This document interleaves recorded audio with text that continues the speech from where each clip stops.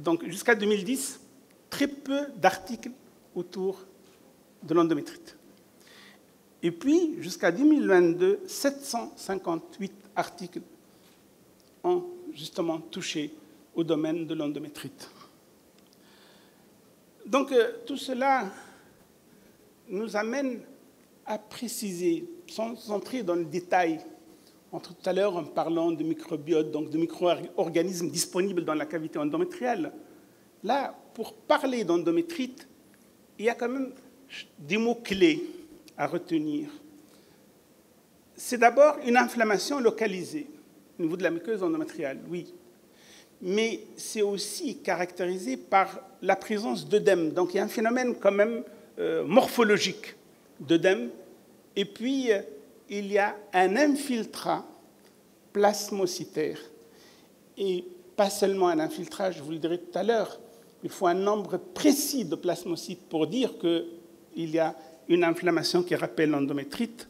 Et bien sûr, ces changements au niveau du micro-environnement endométrial pourraient affecter la réceptivité endométriale. Donc vous voyez qu'il y a quand même des conditions qu'il va falloir préciser dans la pratique comment gérer tout ça. Alors, la problématique, c'est ce qui a été dit tout à l'heure par les deux orateurs, l'endomètre normal est déjà dans un état inflammatoire chronique et que le cycle menstruel utérin est soumis à un équilibre très délicat des facteurs pro-inflammatoires et des facteurs pro-résolution de l'inflammation. Et donc, besoin d'avoir une terminologie précise pour parler d'un état inflammatoire pathologique.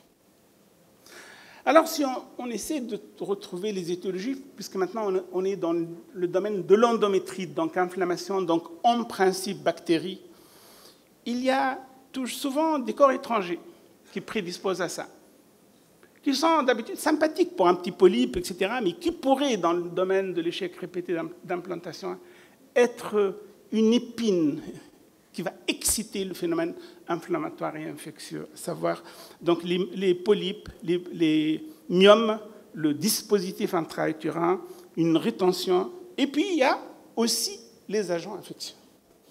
Et c'est ça qui est difficile, qui va être difficile peut-être à déterminer, puisqu'on a dit les agents infectieux existent, ces micro-organismes existent, il va falloir trouver le moyen pour dire qu'à partir d'un certain degré, d'un certain taux, d'un certain nombre, on parlera de l'agresseur. Le micro-organisme devient un agresseur qui va perturber les phénomènes d'implantation. Alors, les agents. Siral, tout à l'heure, vous a défini, puisqu'il a un peu basculé son topo en quelques secondes sur l'endométrite, les agents responsables. Bien sûr, pratiquement tous les micro-organismes qui existent dans le vagin, dans la flore vaginale, et même l'exocervicite ou les infections génitales basses, et d'ailleurs je m'adresse à mes collègues biologistes, si quelqu'un n'est pas avisé, on doit trouver toujours des germes. Pourquoi le PV conventionnel n'a aucun sens? Il n'y a pas un PV universel, prélèvement vaginal universel. C'est justement à partir d'un certain nombre pour dire que tel germe qui était l'ami du vagin, tel que le Gardnerella vaginalis, il devient source de symptômes et donc il justifie un traitement. Et donc c'est la même chose, les agents, tous les agents, saprophytes, peuvent être responsables en cas d'excès. Et chose étonnante, c'est que dans l'endométrite, l'agent le plus fréquent dans le domaine cervico-vaginal, qui est l'infection à chlamydia, est exceptionnel dans les endométrites, de même que le gonocoque. Là, j'en passe, puisque, bien sûr, comme vous l'avez dit, microbiote, inflammation, microbiote, ça a été très bien développé tout à l'heure. Et que, comme je l'ai dit, c'est justement l'altération du microbiote intra-utérin qui va être à l'origine de ce que nous appelons endométrite. Et bien sûr, ces phénomènes, ça a été développé tout à l'heure par Céline, dans le sens où, bien sûr, cette métamorphose, ce mouvement, via le déséquilibre en cytokine, puis implication dans infiltration des lymphocytes qui va aboutir à une altération de la décidualisation qui a été très bien expliquée tout à l'heure. Et l'aboutissement final, c'est les modifications vasculaires et puis l'atteinte de la contractilité utérine. Tout cela va jouer au niveau d'effect de l'implantation. Alors, pour en venir à la pratique, moyen de diagnostic aujourd'hui. L'hystéroscopie, pour le moment, reste, bien sûr, la discussion, est-ce qu'il faut la faire systématiquement ou pas, mais pour le moment, nous parlons d'une pathologie qu'on va rechercher quand on est mal pris devant surtout les échecs répétés d'implantation. Donc l'hystéroscopie est la première exploration à proposer. Et comme vous le voyez, donc vous voyez une modification qui peut être des micro-polypes inférieurs à 1 millimètre, mais ça donne cet aspect-là. Ça peut, en cas d'échec répété, donc, être un facteur d'endométrite, comme l'hyperémie, cet aspect inflammatoire de la muqueuse, comme l'œdème, qu'on voit ici, donc, comme vous le voyez bien, et quelques images, ces taches fraises, donc, qui ont l'aspect framboisé, donc vous voyez un peu, qui rappellent une endométrite. Et donc, des taches hémorragiques, donc une hémorragie sous-muqueuse, des taches hémorragiques, tous ces signes, c'est la sémiologie endoscopique de l'endométrite.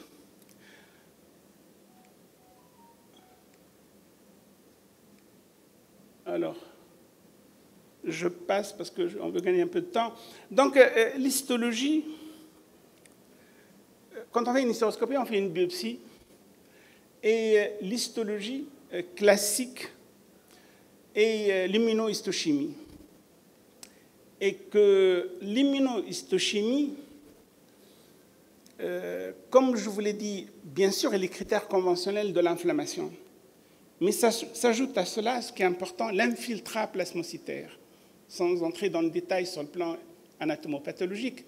Mais l'important, c'est qu'on a de plus en plus amélioré les techniques sur le plan diagnostic histologique pour non seulement mieux identifier ces plasmocytes, mais les études ont démontré que jusqu'à 4 plasmocytes, on peut considérer qu'a priori c'est une endométrite, mais elle n'a aucun impact dans le domaine de la fertilité. C'est au-delà de 5 qu'on pourra parler d'une endométrite avec un impact sur la fertilité. Donc vous voyez que sans développer trop l'amélioration des moyens et les critères diagnostiques qui sont améliorés au fil du temps pour en arriver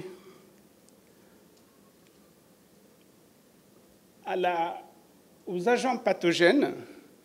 Donc, et là, pour vous dire que quel que soit le moyen de culture, ça on l'a toujours vécu, même dans les infections hétéroannexielles, quand on faisait de façon très large la cœlioscopie. Vous avez moins de 50% de prélèvements positifs, mais à plus forte raison dans le domaine de l'endomètre.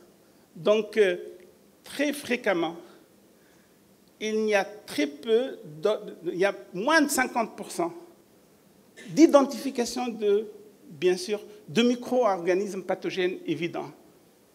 Donc, l'amélioration est apportée par la PCR qui peut nous donner jusqu'à 75% de positivité en identifiant le germe ou le micro-organisme en cause pour éventuellement, en cas d'échec d'une antibiothérapie probabiliste, pouvoir orienter les antibiotiques. Alors, donc, l'intérêt de la PCR, c'est ce que je viens de dire, ça peut aller jusqu'à 76%. Sinon, pour revenir à la pratique, finalement, on a défini ensemble une démarche diagnostique. Hystéroscopie, biopsie, histologie qui est très particulière en utilisant une série de techniques, de nouvelles techniques. La PCR éventuellement, mais vous imaginez qu'on ne peut pas rendre ça réellement comme gold standard dans la pratique, mais ça peut, dans le domaine de la recherche, améliorer la positivité en identifiant les micro-organismes responsables. Mais sinon, les schémas thérapeutiques ont évolué ont évolué en 3 ou 4 temps. Un, l'antibiotique. Et la doxycycline était la molécule de base dans la majorité des études. Donc, à raison de 200 mg pendant 14 jours. Puis alors, on s'est dit antibiotiques et corticoïdes. Puis on a imaginé l'injection d'antibiotiques et corticoïdes en intra-utérin pour donner le minimum de doses de corticoïdes qui peuvent avoir un effet néfaste sur les cellules NK. Et en jouant aussi sur l'antibiotique pour qu'il agisse directement au niveau de la flore endocavitaire. Puis aussi, on a imaginé le côté agoniste entre l'antibiotique et la progestérone. Et donc, les différents schémas ont permis, à la limite, au niveau de l'endométriose chronique, de montrer en gros une efficacité dans près de 89% des cas. Et les différentes études ont aussi montré la possibilité d'agir en une première cure, de faire une évaluation en cas justement de résistance et de pouvoir passer à un deuxième protocole, voire même un troisième protocole en troisième position. Et les études ont montré que, en gros, les patientes avec endométrite chronique guérie ont une amélioration du taux de naissance vivante. Vous voyez que le coefficient de chance est de 6,8, le taux de grossesse et le taux d'implantation. Donc, et que ces taux sont plus élevés, bien sûr, en comparant avec les patientes qui ont une endométrite chronique persistante, prouvée à l'hystéroscopie. Donc, on peut dire qu'actuellement, on a suffisamment de preuves pour les traiter. Les traiter par différents schémas thérapeutiques, et ces traitements sont aussi efficaces devant les cas de transfert d'embryons congelés. Les mêmes taux d'implantation sont améliorés par les antibiotiques, par le traitement.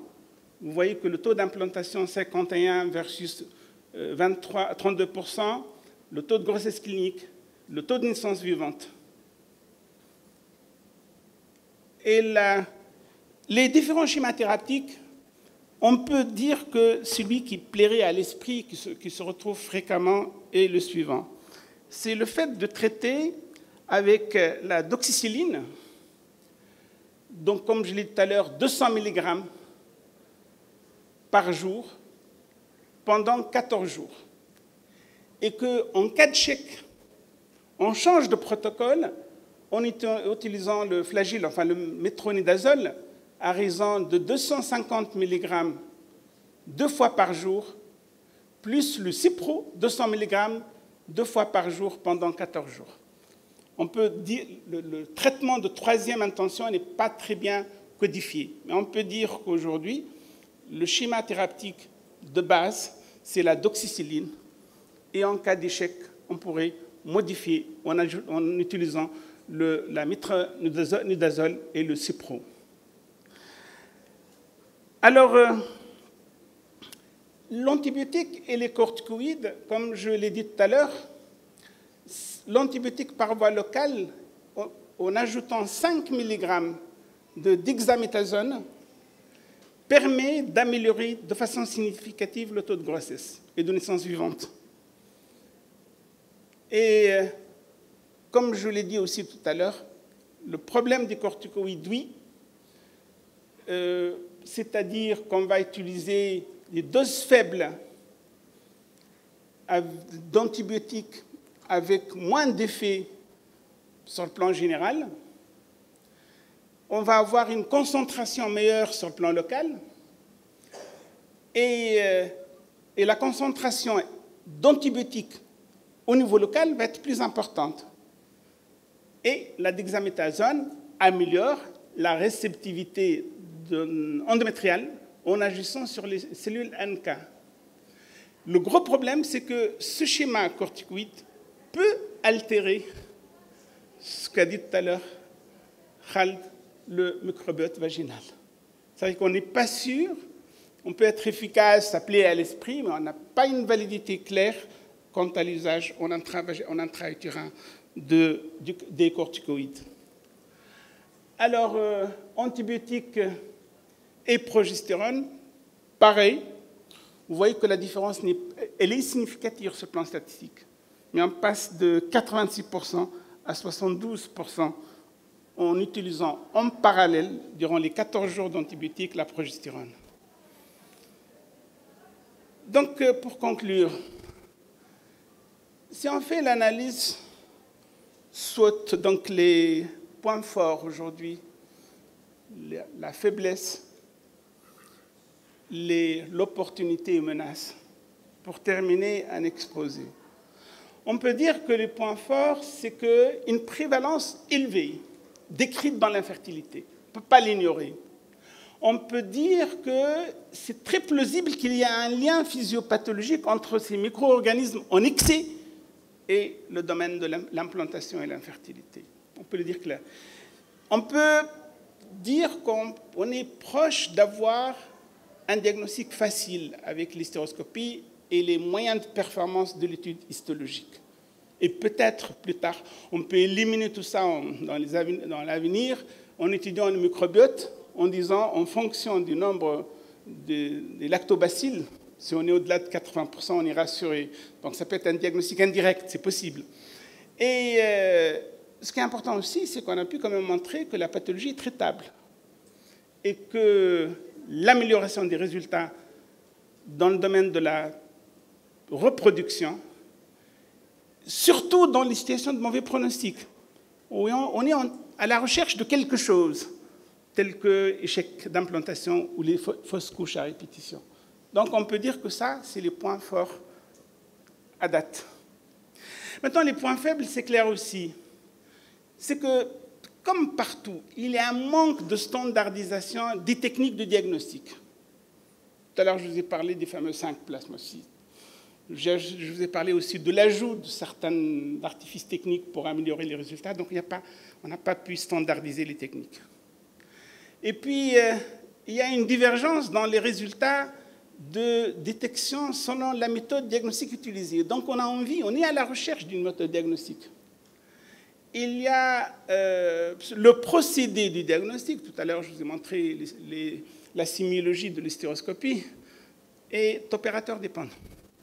Donc, faire une muqueuse qui est hypertrophie conventionnelle et dire qu'il y a l'équivalent d'une polypose, on peut se tromper. Et un manque de consensus sur les schémas thérapeutiques, je vous ai précisé et je vous ai épargné toutes les études et tous les protocoles en disant ce qui me paraît le plus récent et le plus logique, c'est la doxycycline et le cipro plus métronidazole. Donc il n'y a pas quand même un seul protocole très clair. Et puis l'insuffisance d'études randomisées évaluant le traitement antibiotique sur la reproduction. Bien qu'il y a suffisamment d'études, il y a trop d'études, mais on n'est pas encore... Donc nous manquons d'études multicentriques pour réellement apporter la preuve formelle, indiscutable. Alors, opportunité, oui. Nous sommes à la recherche d'une grande précision diagnostique. Tout à l'heure, il y a eu un petit message autour de la digitalisation, je l'espère. On a eu à Sousse une conférence sur ça. Peut-être ça permettra de faire un diagnostic ultra rapide. Maintenant, une sonde, on va voir aussi bien le microbiote, etc., la digitalisation, enfin les nouvelles techniques de digitalisation en médecine. Les nouveaux traitements chez les patients qui ne répondent pas aux antibiotiques. Donc ça aussi, c'est qu'il ne faut plus qu'on reste seulement autour des antibiotiques. C'est chercher autre chose. C'est ce qui se disait tout à l'heure autour d'une personnalisée pour reproduire ou retracer l'environnement physiologique. Donc via d'autres molécules que les antibiotiques. Les menaces, bien sûr, le gros problème, c'est en sortant de la salle, c'est de dire on va faire à toutes les patientes une hystéroscopie. Et on va certainement trouver une petite zone rouge pour dire j'ai trouvé Aurica, c'est une endométrite. C'est le surdiagnostic. Et c'est pour cela qu'il faudrait que l'exposé se limite pour le moment aux situations où il y a un échec répété d'implantation. Les situations les plus embarrassantes pour les cliniciens et les biologistes. Les menaces, c'est l'apparition des résistances aux antibiotiques. Parce qu'on peut simplifier en disant pourquoi faire? Je vais mettre toutes mes patientes sous antibiotiques, c'est un schéma très clair et facile. Et tout à l'heure, les deux Khaled ont répondu à la question. Attention, vous pouvez modifier dans l'autre sens l'environnement endométrial ou cervico-vaginal par un excès d'antibiotiques. Donc, il y a une possibilité de résistance aux antibiotiques. Et enfin, le déséquilibre microbien. Vous avez vu que c'est un champ de recherche énorme entre le normal et le pathologique. Ce sont là, bien sûr, les menaces quant à la prise en charge des endométrites chroniques. Merci pour votre attention. Merci, Sil Hedi. Il y a une question qui me trotte dans la tête. Par quel mécanisme une endométrite, je veux bien qu'elle cause des échecs d'implantation, mais par quel mécanisme cause-t-elle des avortements à répétition? Les avortements à répétition, c'est un stade tardif de l'échec d'implantation, tout simplement. C'est-à-dire qu'un embryon, il échoue carrément à J18 ou à J21, mais il peut aller jusqu'à l'implantation et puis quitter un peu son destin à 6 semaines, 7 semaines. C'est le même mécanisme, sauf que l'agression peut avoir une action en différé. L'embryon s'implante mais n'arrive pas jusqu'au bout. Par les phénomènes, tout à l'heure j'ai parlé de la contractilité, les phénomènes vasculaires, etc., que j'ai essayé de rappeler tout à l'heure. Oui. Silhedi, est-ce que tu as eu affaire une fois ou tu as entendu parler ou est-ce que tu as une expérience sur l'andromectomie dans les endométrites chroniques persistantes et résistantes au traitement? Est-ce qu'on peut en arriver là? Oui, c'est l'andromectomie. Oui. Tu parles des endométrites chroniques persistantes, résistantes au traitement. Est-ce qu'on peut arriver jusqu'à l'andromectomie pour résoudre le problème? C'est-à-dire qu'il y a un tel risque énorme qu'à mon avis, moi j'ai pas vu ça, mais c'est-à-dire que le fait d'enlever une partie de l'endomètre, c'est ce que tu voulais dire. Carrément, là, tu vas aboutir à la synéchie. En voulant traiter, tu vas aboutir à la cata. C'est parce que ça a été décrit par certaines équipes et j'ai voulu avoir justement votre ton opinion. Aucun médecin n'osera enlever un endomètre alors qu'on veut améliorer la réceptivité endométriale. Oui, c'est Abdelkader. Abdelkader. Merci, Hedi, pour ta présentation. Je voudrais ajouter justement à la question de Tassi Mahmoud, une endométrite chronique peut laisser éventuellement une sclérose au niveau du tissu conjonctif sous-épithélial de l'endomètre.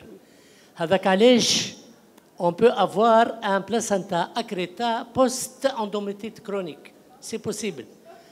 Il n'y a pas beaucoup de différence entre la sclérose post-césarienne et une sclérose post-endométrite chronique. Ceci va compromettre et l'implantation et ça peut compromettre également l'évolution du sac de grossesse et entraîner des échecs répétés à des fausses couches répétées. Oui, Abdelkader, l'endométrite dont tu parles, souvent elle fait parler d'elle. C'est les endométrites quand même aiguës, asymptomatiques, qui peuvent évoluer vers même la chronicité et avoir des problèmes aussi sérieux que ça. Mais là on est en train de voir les petites inflammations et qui vont perturber l'environnement de l'implantation. Mais si ça devient tellement agressif au point de toucher le chorion, là c'est très clair que c'est les problèmes même de synéchie, de tout ce que tu veux. Si Khaled tout à l'heure, vous avez dit à peu près la même notion qui consiste à dire que dans 30 à 50%, les cultures sont négatives. Oui. Elles sont négatives parce que le laboratoire, lui, est difficile de mettre en évidence des microbes anaérobies stricts. Le microbiote intestinal, 60% sont des anaérobies stricts. On ne peut pas les cultiver au laboratoire. كذلك le microbiote utérin, beaucoup de bactéries anaérobies strictes. Avec allège, des cultures sont négatives. Pour être précis, le problème c'est l'inverse. C'est qu'on peut être excessif dans la description des micro-organismes. Et ça, c'est une erreur parce que tu vas avoir une surévaluation. Le gros problème, c'est dire à partir de quel seuil on peut dire que ça devient agressif. Et c'est ça. Négatif, culture négative, derrière les rideaux, Abdelkader, je pense qu'il y a des biologistes ici. On va passer. C'est-à-dire que derrière les rideaux, au niveau de l'interprétation, un biologiste ne peut pas être seulement descriptif. Ah tiens, j'ai vu un streptocoque qui se balade. C'est ça, je voulais te dire ça. Moi, ici, moi je voudrais remercier Silhedi d'abord pour sa conférence et surtout aussi pour tout le bémol qu'il a mis pour la sémiologie endoscopique et de réserver ça aux échecs répétés d'implantation. Parce qu'on peut voir des endométrites, des rougeurs de partout. Ma question est très simple. Quel est le moment qu'on privilège le plus pour faire une hystéroscopie devant des échecs répétés d'implantation pour faire un diagnostic d'endométrite? À quelle période du cycle doit-on le faire? La première période du cycle est propice, mais ce qui est important, c'est vrai que tu peux voir des phénomènes inflammatoires qui ne sont pas, qui sont des phénomènes banaux. Mais n'oublie pas qu'on va faire une biopsie. C'est-à-dire que, et même la biopsie, quand elle est positive, il y a des critères très stricts, parce que si on te dit inflammation de l'endomètre, c'est comme les frottis dans votre vie. Combien vous avez vu de frottis normales, strictement sans inflammation? On vous répond dans 99%, et quand c'est pris entre les mains de sage-femme, je salue les sages-femmes, mais c'est présent souvent, à partir d'un frottis inflammatoire, elle démarre déjà un traitement antiseptique. Tous les frottis, presque tous les frottis sont inflammatoires. Mais justement, c'est à partir d'un certain seuil qu'on dira que c'est de l'inflammation patente. Oui, mais en période périimplantatoire, en début de cycle, c'est ça? Voilà, il n'y a pas de recommandation. Je pourrais être honnête avec toi, il n'y a pas de... tu as envie, Khal, de réagir? Pour le diagnostic de l'endométrite, ça dépend... Ça dépend qu'est-ce que vous voulez faire. C'est-à-dire que si vous voulez uniquement des critères sémiologiques, l'hystéroscopie, sémiologie, c'est juste à la fin, juste après les règles. Mais il ne faut pas la faire à la phase proliférative parce que vous allez avoir une congestion, vous allez avoir des rougeurs et vous allez avoir un faux diagnostic. Des faux diagnostics. Mais si vous faites en parallèle, en même temps, une biopsie avec comptage des plasmocytes, ça pourrait être un complément et que vous pouvez la faire à n'importe quelle période du cycle. Nous remercions Dr Khaled Mahmoud, mais on est obligé de passer la parole à Dr Hanan Loumi, parce que là, le temps presse. Donc, on cède la parole à Dr Hanan Loumi. Ok, merci. C'est Lazare. C'est bon? Tu peux intervenir là? Méchant. À Lazare. On t'a cédé la parole.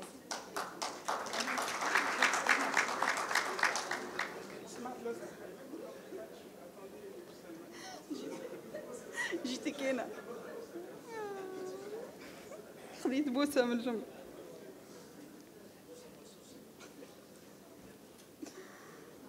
هذا فاسوس.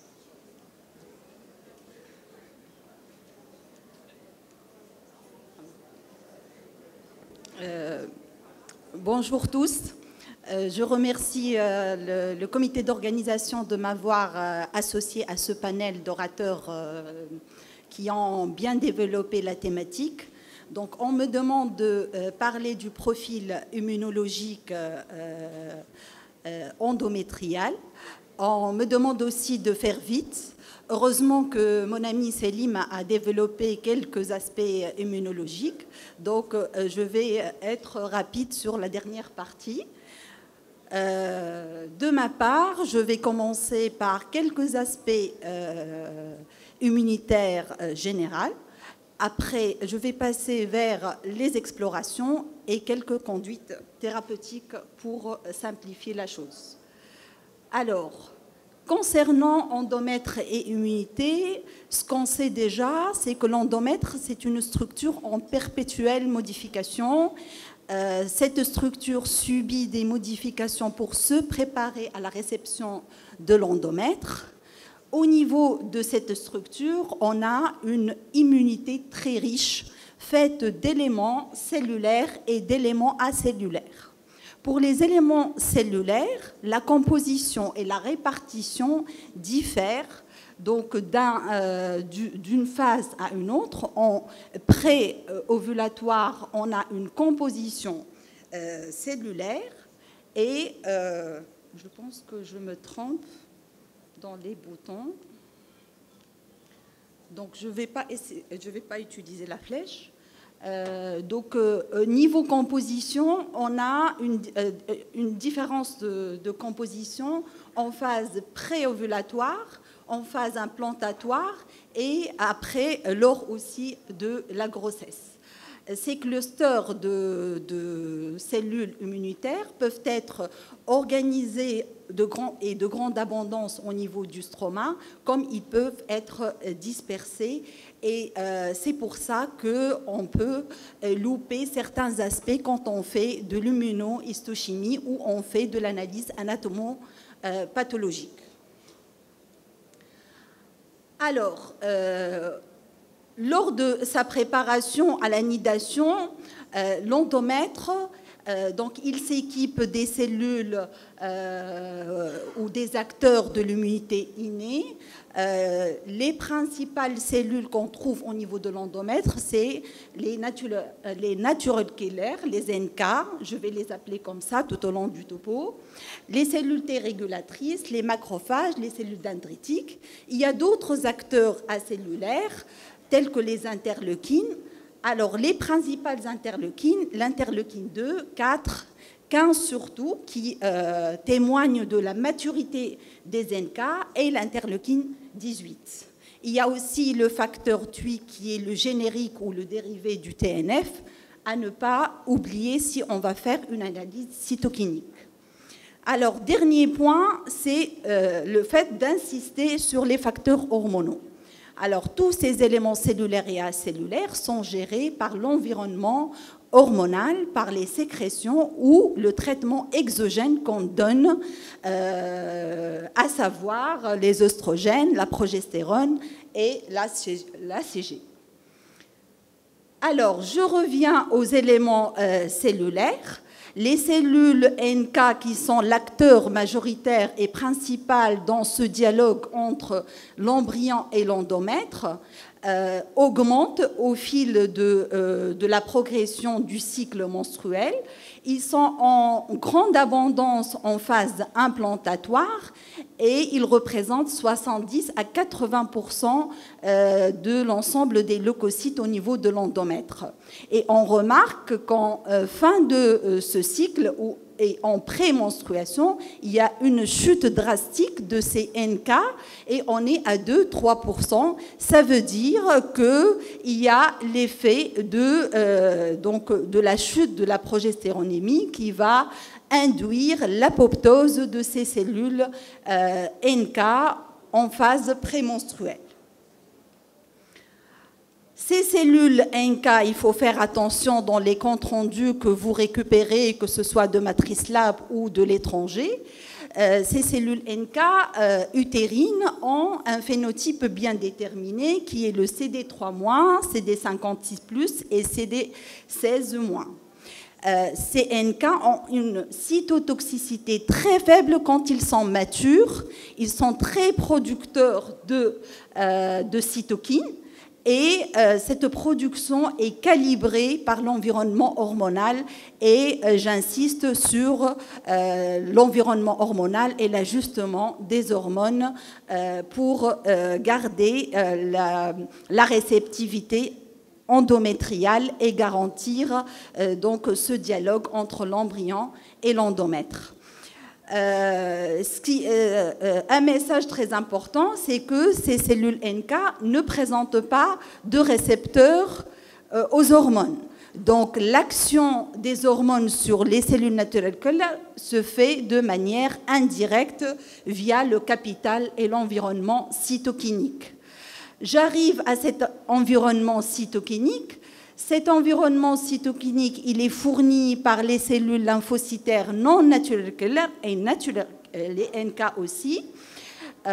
Donc ces cellules lymphocytaires se différencient au niveau de l'endomètre, se différencient soit en cellules pro-inflammatoires qu'on appelle TH1, et vous entendez parler de ce rapport TH1 sur TH2, on va y arriver. Donc il y a des cellules qui vont fournir des éléments ou des composants pro-inflammatoires et des cellules qui vont être des cellules anti-inflammatoires où ils vont promouvoir l'environnement anti-inflammatoire ou le non-rejet de l'embryon pour lutter contre donc l'apoptose et l'exclusion de l'embryon. Il y a d'autres cellules qui vont sécréter, qui vont se différencier et sécréter d'autres interleukines et d'autres facteurs et qui vont interférer avec tout cet environnement cytokinique. Le tout fait qu'on a une balance entre des agents pro-inflammatoires qu'on appelle les TH1 et des agents anti-inflammatoires qui sont les TH2, et cette balance doit être du côté ou du versant TH1 pendant la phase d'adhésion et d'invasion de l'endomètre, quand l'embryon il va dans les premières phases implantatoires, mais après on a besoin de ces facteurs TH2 ou anti-inflammatoires pour maintenir la grossesse et ne pas avoir de fausse couche et réussir l'évolution de la grossesse. Donc, en cas de dysrégulation de cette balance, on va se retrouver soit dans le cas de la déplétion cytokinique, donc on a une absence de mobilisation des cellules immunitaires, immaturité des NK, insuffisance d'angiogénèse et insuffisance d'adhésion de l'embryon et un échec très précoce de l'implantation. Si on est en hyperactivation, là on est dans le versant apoptotique. Et ce système immunitaire qui fait la police de l'endomètre, il va être agressif vis-à-vis de l'embryon et il va le rejeter comme considéré comme non-soi. Alors, comment détecter ces dysrégulations immunitaires ? Là, je reprends la même étude qu'a présentée Selim. Donc, c'est l'équipe de Nathalie Lédé, c'est Matrice Lab qui ont développé et mis en place un protocole qui consiste en une biopsie endométriale entre J21 et J24. Et ce prélèvement endométrial est scindé en 3 parties, aussi bien pour l'histologie classique que pour l'immunomarquage CD45 pour définir la richesse et l'abondance des cellules NK. Et 3e partie destinée pour la RT-PCR et pour l'expression des facteurs cytokiniques, à savoir l'interleukine 18, 15, le TUIC. Donc, avec ce protocole, ils ont exploré 1738 patientes. Ces patientes ne sont pas tous en échec répété d'implantation. Il y a aussi des patientes qui sont de bons pronostics et qui ont réussi leur ICSI dès le premier transfert. Je passe rapidement, puisque Salim elle a détaillé les caractéristiques de ces patientes.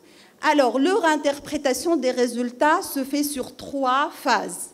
Il commence tout d'abord et il donne de l'importance à l'interleukine 18 et au facteur TUIC en premier. Alors, il considère que si on est en hyper, le ratio est élevé, donc on est en hyperactivation.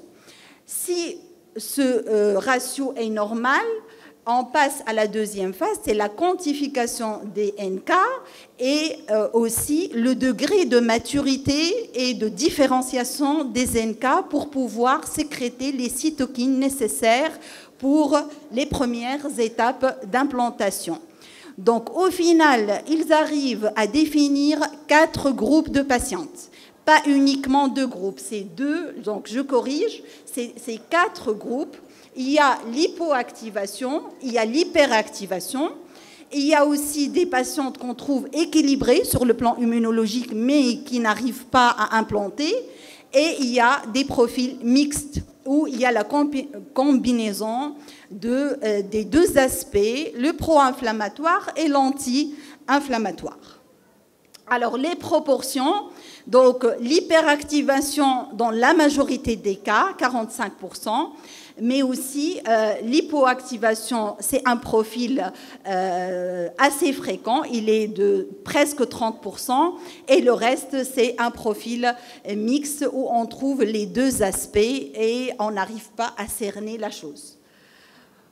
Alors, une étude très intéressante, celle de Marron. Donc, cette équipe a étudié le profil cytokinique et le profil cellulaire sur 2 biopsies, sur 2 cycles différents pour voir la reproductibilité de la chose. Et ils ont trouvé que les mêmes doses, les mêmes ratios presque ont été retrouvés sur 2 cycles différents des mêmes patientes. Donc, cette étude a été réalisée sur 41 patients qui ont des échecs répétés d'implantation et une vingtaine de sujets contrôle considérés comme des sujets fertiles. Et ils ont démontré que sur 2 cycles différents, on retrouve les mêmes aspects immunologiques chez les mêmes patientes. Une autre approche pour explorer ce profil immunologique, c'est le dosage ou la quantification des cytokines par cytométrie. Donc, c'est à partir du sang périphérique, pas à partir de la biopsie endométriale. Donc, c'est une série de 43 patients qui ont trouvé un statut d'hyperactivation chez l'ensemble des patientes qui présentent des échecs répétés d'implantation. Il y a l'équipe Fertilis, et je remercie Monsof de m'avoir passé ces plaques. Donc, l'équipe Fertilis a essayé aussi d'étudier la distribution des cellules CD4+, le jour de l'ovulation. Et avec la cytométrie, ils ont réussi à identifier ce profil. Le jour de l'introduction de la progestérone, et du coup, c'est un examen prédictif pour eux avant d'aller implanter et transférer l'embryon. Donc, ils ont le profil des patients avant de programmer le transfert. Alors, cette même équipe a étudié aussi donc, les facteurs cytokiniques par ELISA, et il considère que ces ratios de cytokines TH1 sur TH2 sont très importants pour prédire les taux de succès en FIV, en cycle stimulé et en cycle de transfert d'embryons congelés. Et ils essaient d'instaurer ceci de manière systématique pour toute patiente qui aura un transfert d'embryons frais ou congelés. Alors, à Fertilia, nous sommes en train, comme a dit Dr Mahmoud, de mettre au point l'approche cytométrique. Nous sommes favorables pour cette approche parce que niveau quantification des NK, on est à plus de 10 000 événements ou cellules qu'on peut analyser. Donc, ce n'est pas comme l'immunohistochimie où on regarde sur l'âme, et c'est une technique qui est semi-quantitative. Deuxième chose, on est en train de mettre au point les cut-off des cytokines et aussi la nature du prélèvement qu'on va analyser, que ce soit le sang périphérique, le lavage utérin ou la biopsie endométriale. Donc, à suivre, c'est pour bientôt. Je termine par la dernière partie que déjà Célim a présentée, et je vais être rapide. En cas de dysrégulation, qu'est-ce qu'on fait? En cas de dysrégulation, donc, Comme a dit Selima, éviter les fortes concentrations en oestrogène qui est connu par donc son effet sur l'angiogénèse. Donc ça diminue l'interleukine 18 et par conséquent son effet sur l'angiogénèse. Deuxième règle, c'est de demander à la patiente de faire des rapports avant le transfert embryonnaire. Ça sous-entend que le mari est bien exploré, qu'il n'y a pas de stress oxydatif dans le plasma séminal qui va aggraver la situation, etc. Troisième alternative, c'est l'insémination des lymphocytes. Donc, on récupère de la patiente elle-même et qu'on prépare et on cultive au laboratoire et on insémine donc 72 heures après et 48 heures après la prise de sang et 48 heures avant le transfert. Plusieurs équipes ont validé ce protocole. Et plusieurs méta-analyses, comme on voit sur la plaque, ont été favorables pour cette technique. Ce qu'on rajoute, nous, c'est qu'on prélève aussi le mari et on rajoute aussi le facteur masculin et les lymphocytes du mari pour mimer l'effet du plasma séminal, mais en agissant sur ces lymphocytes. Donc, je passe rapidement. C'est destiné pour les patientes ayant des échecs répétés d'implantation. Notre série intéresse les transferts d'embryons congelés, le stade blastocyste. Et les résultats sont les suivants. On remarque, quand on insémine plus que 2 millions de lymphocytes combinés maternels et paternels, il y a des taux de grossesse qui sont très satisfaisant. Donc, nous optons pour cette méthode et on continue à le faire de cette manière-là. Alors, ça, c'est les résultats globaux. Alors, le rationnel ou le mécanisme d'action de ces cellules mononucléées lymphocytaires qu'on introduit dans l'utérus, c'est donc de booster ce système TH1 qui va agir de manière indirecte sur l'environnement hormonal, sur la progestérone de manière spécifique. Aussi de manière directe, les PBMC indirecte, en augmentant la production de VEGF, d'interleukine 6 et de LIF, ils vont agir sur la vascularisation. Donc cette insémination de cellules mononucléées ou de lymphocytes ne s'arrête pas à l'étape implantation, mais son effet se poursuit même pour l'évolutivité et le maintien de la grossesse. Et il y a plusieurs hypothèses qui se développent sur le sujet, avec bien sûr la découverte d'agents intermédiaires entre les lymphocytes et le système cytokinique qui se trouve au niveau de l'endomètre. Je termine avec le reste des règles à suivre. Donc, il y a la prescription d'ACG en phase lutéale qui va mobiliser les NK-C à prescrire. Il y a cette étude qui a montré l'effet de l'activation des cellules mononucléées avec de l'ACG au moment de la culture et l'introduction donc après de ces lymphocytes activés. Toujours l'équipe de Fertilis, ils ont démontré ça. Donc il faut rajouter d'ACG dans la préparation lymphocytaire au laboratoire. Alors, en cas d'hypoactivation endométriale, cinquième chose qu'on propose, c'est le scratching de l'endomètre. Il doit se faire en mi-phase lutéale. Ne pas réaliser en phase proliférative, ça ne donne rien. Il est recommandé donc de contrôler en fait le geste, parce que c'est opérateur dépendant et il doit se faire le cycle avant la programmation du transfert. Je passe rapidement. Il y a aussi Dans le cadre de l'hyperactivation endométriale, ce qu'il faut faire, c'est de donner des doses très importantes de progestérone, aller jusqu'à 1200 mg jour pour l'équipe de Nathalie Lédé, il recommande ça.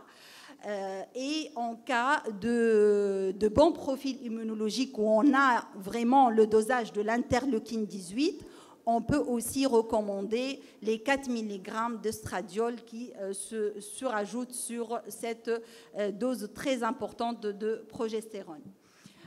En cas d'hyperactivation, deuxième règle, c'est favoriser l'hyperimprégnation endométriale par les oestrogènes. Aussi, il y a l'aspect du rajout des anti-inflammatoires. C'est très controversé parce qu'il n'y a pas de consensus, il n'y a pas de règles, chacun fait ce qu'il veut. Mais ces études qui ont été réalisées auparavant n'ont pas essayé de faire le test immunologique auparavant. Donc, ils ont donné les corticoïdes de manière empirique pour les patientes qui ont des échecs répétés d'implantation. Ce qu'ils recommandent, par contre, l'équipe de Nathalie Lédé, c'est de faire le test aux glucostéroïdes avant d'aller prescrire le test de sensibilité, c'est-à-dire refaire la biopsie endométriale, refaire le profiling de l'endomètre immunologique pour voir la sensibilité de l'endomètre hyperactivé à ces corticoïdes. Si ce test est négatif, il faut passer aux injections d'intralipides. Alors, une fois ils ont vérifié que tous les cliniciens qui ont reçu leur profiling de l'endomètre ont respecté les consignes, donc ils ont un retour de données et ça a montré qu'il y a des résultats derrière, que le fait de faire le bilan immunologique, de respecter les recommandations, ça va améliorer les chances de grossesse et l'évolutivité des grossesses derrière. Donc, pour résumer, si on est en hypoactivation, le scratching, l'insémination des mononucléés, la supplémentation en ACG. Si on est en profil normal, il n'y a aucun impact de toutes ces règles et toutes ces prescriptions.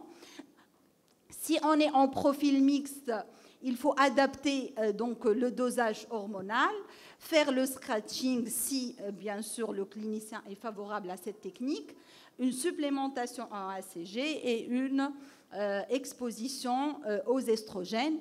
En cas d'hyperactivation, il faut aller donc contrôler l'hyperimprégnation estrogénique, prescrire l'immunothérapie avec le test de sensibilité et le contrôle donc de la biopsie après ou du profiling après. Voilà, donc il suffit de respecter ces consignes, on aura peut-être de meilleurs résultats. Voilà, à mon avis, ce profiling immunologique est intéressant sur le plan diagnostique et thérapeutique. C'est un nouveau marqueur de réceptivité.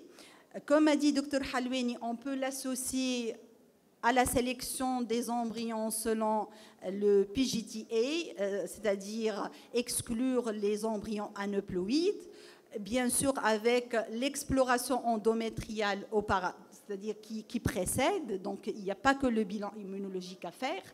Et avec tout ça, on peut y arriver à faire de bons taux de grossesse et de naissance vivante.